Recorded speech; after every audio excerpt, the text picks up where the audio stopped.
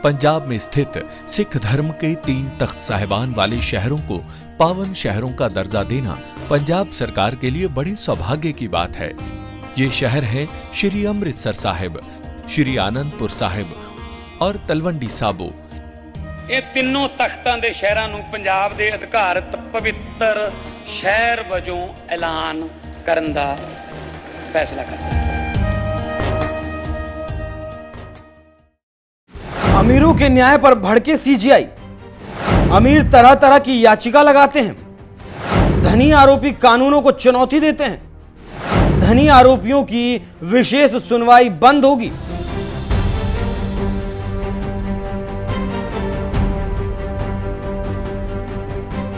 Supreme court ने 6 जनवरी को एक ऐसा आदेश दिया जिसकी हर तरफ तारीफ हो रही है और इस आदेश से पूरा सिस्टम हिल गया। सुप्रीम कोर्ट ने सीधे सवाल पूछा कि क्या भारत में कानून सिर्फ उन पर लागू होता है जिनके पास पैसे नहीं है, और अगर कोई आरोपी करोड़ों अरबों का मालिक हो तो क्या उसके लिए कानून बदल जाना चाहिए।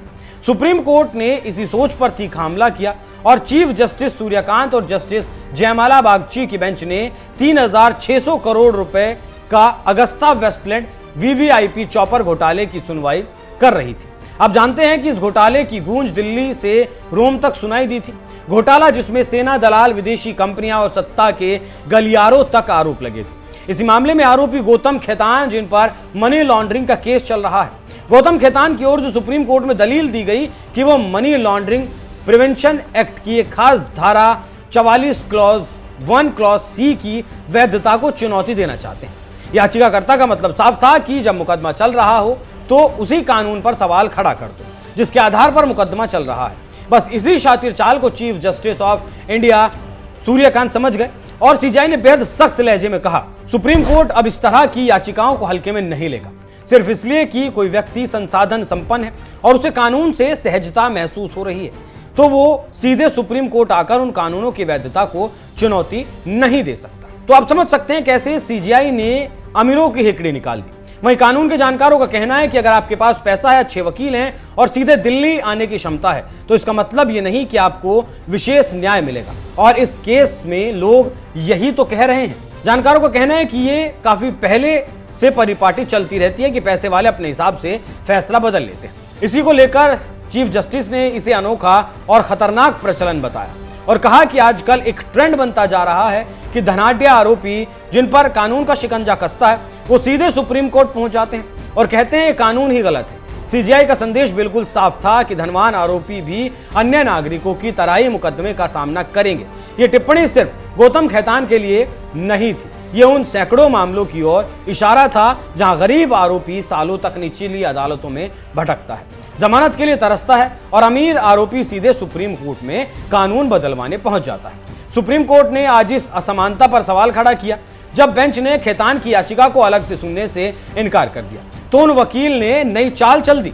उन्होंने गुजारिश की कि इस याचिका को पहले से लंबित याचिकाओं के साथ जोड़ दिया जाए। ये वही याचिकाएं हैं जो सुप्रीम कोर्ट के 2022 के ऐतिहासिक फैसलों की समीक्षा की मांग करती है। तब 2022 में सुप्रीम कोर्ट ने पीएमएलए की कई कठोर प्रावधानों को संवैधानिक ठहराया था, जिनमें शामिल था ईडी की गिरफ्तारी की शक्तियां, सबूतों के मानक क्या होंगे, जमानत की सख्त शर्तें।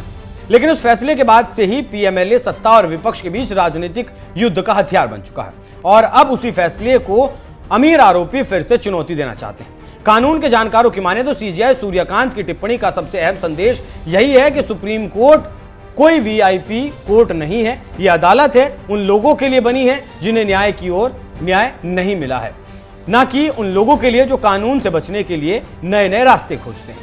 कानूनी जानकार मानते हैं कि ये मौखिक टिप्पणी भविष्य में एक बड़ा ट्रेंड बदल सकती है। क्या हर आरोपी को पहले ट्रायल कोर्ट जाना होगा? क्या कानून को चुनौती देने का समय और मंच तय होगा? क्या सुप्रीम कोर्ट लीगल शॉपिंग पर लगाम लगाएगा? इस टिप्पणी का एक राजनीतिक अर्थ भी है। जब सरकार पर आरोप लगते हैं कि वो पीएमएलए का दुरुपयोग कर रही है, उसी वक्त अमीर आरोपी उसी कानून से छूट पाने की कोशिश कर रहे हैं। सुप्रीम कोर्ट ने दोनों के बीच एक स्पष्ट रेखा खींच दी है। कानून पर बहस होगी लेकिन मुकदमे से भागने की अनुमति नहीं होगी। सुप्रीम कोर्ट का यह रुख सिर्फ एक टिप्पणी नहीं है बल्कि ये एक चेतावनी है। जिसे समझना है वो समझ जाए, नहीं तो फिर आगे आप जान ही सकते हैं किस तरीके से जिस तेवर में फैसले सीजीआई सुना रहे हैं। बाकी सीजीआई के इस टिप्पणी पर आप लोगों की क्या राय है, कमेंट बॉक्स में जरूर बताइएगा। नमस्कार।